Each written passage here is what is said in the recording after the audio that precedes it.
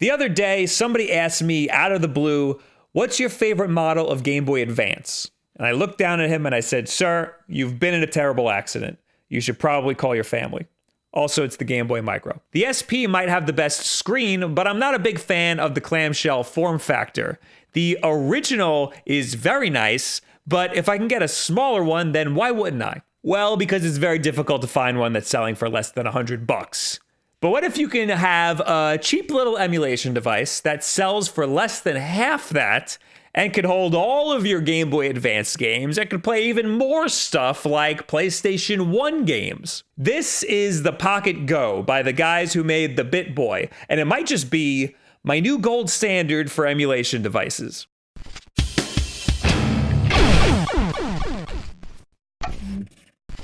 Thank you, Dollar Shave Club, for sponsoring this video. So I don't shave very much, but when I do shave, I have to shave this little bit right here, or else my hair will grow all the way up into my eyeball.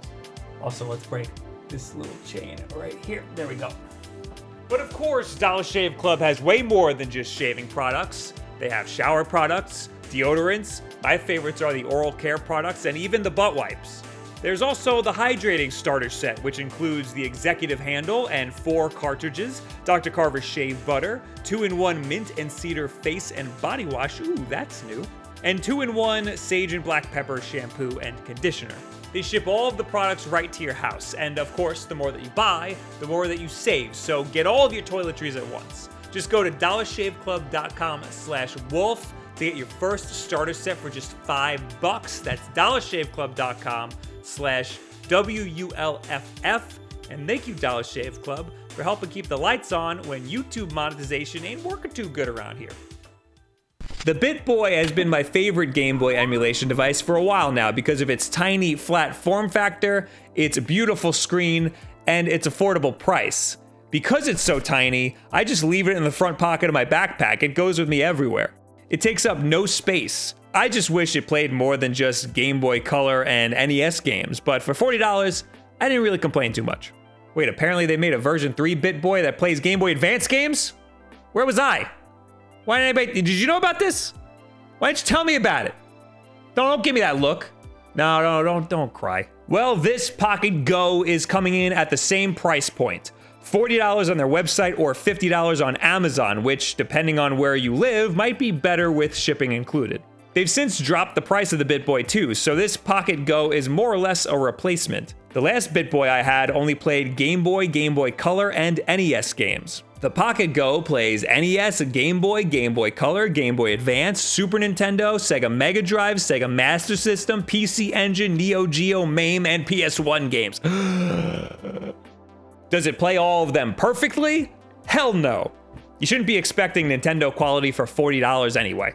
The D-pad feels really nice. The face buttons are a little small, but the overall form factor is way more comfortable than the original Bittboy. It's weird. It looks like it's thicker, but it's actually about the same size as the original Bittboy.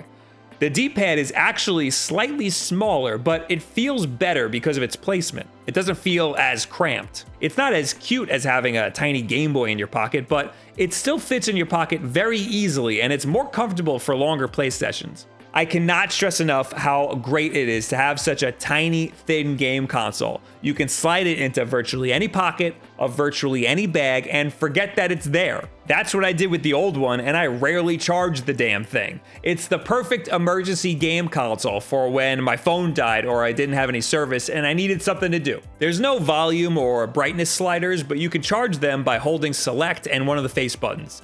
The Bittboy showed a slider whenever you tried to change the brightness or volume, but the PocketGo does not. That only becomes an issue when you have maxed out your options. It's hard to tell what's happening. You can also make it so dim that it's off. This is useful for, blind people? The PocketGo also has Eleanor Buttons, which is important for Game Boy Advance games. With the old Bittboy, you'd have to use the extra face buttons, and that isn't going to work for every game. It has a micro SD card slot to store your games. How you get your games is your problem. It also has an AV out, a headphone jack, which is more than you can say for the Game Boy Micro, and a micro USB port for charging. I wish I actually had a Game Boy Micro here to compare the size, but I can tell you from eyeballing it, it's only slightly larger, width-wise, and definitely thinner. As far as emulation goes, it runs everything pretty great, except for PlayStation 1. That has significant frame drops, but you probably shouldn't be getting this console for PlayStation 1 games. Plus, it's missing 2 whole buttons, L2 and R2, so while it's nice to have PlayStation 1 games, this isn't going to be your PlayStation Portable. I was surprised by how well Sega Genesis games ran on it. The small speaker still does that weird sound with the blue orbs in Sonic 3. Genesis audio is hard to emulate, and this seems to be a common theme across all cheap emulation consoles. The menu system is not very good. I hate when the back button isn't just the B button. I end up in the parent directory all the time. This unit uses already existing emulators, so like SNES 9X, FCX for NES, I'm definitely saying that wrong, Pico Drive for Genesis, GPSP for Game Boy Advance, which is confusing, and they all have different settings. Some of them have the save states set up in such a way that it's way too easy to overwrite what's already there. For example, Pico Drive does a much better job of this than, say, SNEX 9X. But you know what? I should just be happy that save states exist on this thing at all. Just be careful. The PocketGo has multiple versions of some emulators, like for example, GPSP. The second GPSP on here has this weird window boxing effect. The screen is a very good size for Game Boy Advance games. Every emulator has its own display settings that you can tinker around with. The GBA emulator lets you select 3x2 scaled, which is default and will give you this small letter boxing. Not too bad. There's also full screen if you'd prefer to get rid of that, but it stretches it slightly, and 3x2 unscaled if you hate yourself. The Super Nintendo emulator defaults to pixel perfect, which is nice, but its only other option is full screen. Sega Genesis has basically no display options, which is unfortunate. The screen is very nice. The last Bittboy had an IPS panel, and this looks like it's using the same screen, which is great because it's a great looking screen. It's nice and bright, and the colors are gorgeous. That's what you'll get with an IPS screen. But, and this is the biggest problem with the whole device, there's screen tearing across all game types, even original Game Boy games, and that's how you know it's not a performance issue with the specific emulators. Basically, if there's fast movement at all, you'll notice some vertical glitches. I think it might have something to do with that screen. IPS panels aren't known to have a fast refresh rate, so this cheap IPS panel might be getting pushed to its absolute limit. This isn't a game-breaking experience. All games are still more than playable, but it's not a perfect emulation experience. If you want that, you'll be spending about $200. And it won't be this tiny, so take what you can get here, you know? Most of you are gonna get this thing for Pokemon anyway, and you shouldn't have any problems playing something that slow on here. Sonic, on the other hand, you might have a problem with. All of the emulators on here allow you to remap the controls, which is excellent because I'm not sure what the is going on here. It's supposed to be like a Game Boy where the B button is on the left and lower than the A button. It's also a little wonky for GBA games because the B button wasn't that low. Also, I'm not sure if I messed around with the settings, but I'm pretty sure the GBA emulator had my A and B buttons flipped for some reason. Okay, it clearly says A. It definitely wasn't me who remapped that. But that's easy to remap. When playing GBA games, Y and X just mimic what the L and R buttons do.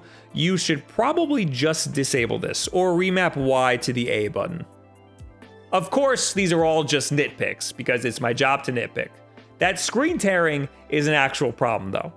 But if you're looking to play Game Boy Advance games and you don't mind emulating it, this is probably your best option. The form factor and price point really makes this thing shine above the rest. This will be my new front pocket emergency game console. But let's be real here. I'm gonna pull this thing out, I'm gonna be deciding what game I'm gonna wanna play, and then by the time I land on a game, I'm gonna have to run.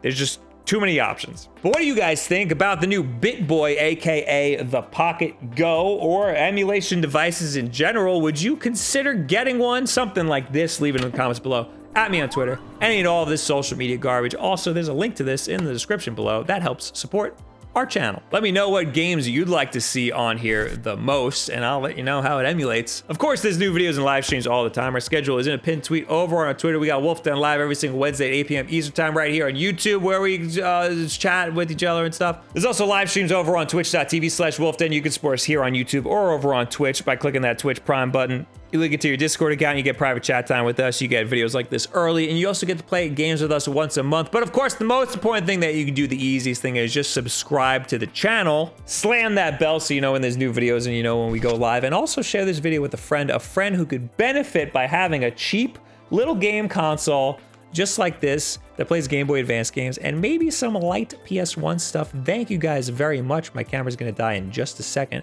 but you have yourself a very good week. And there it goes.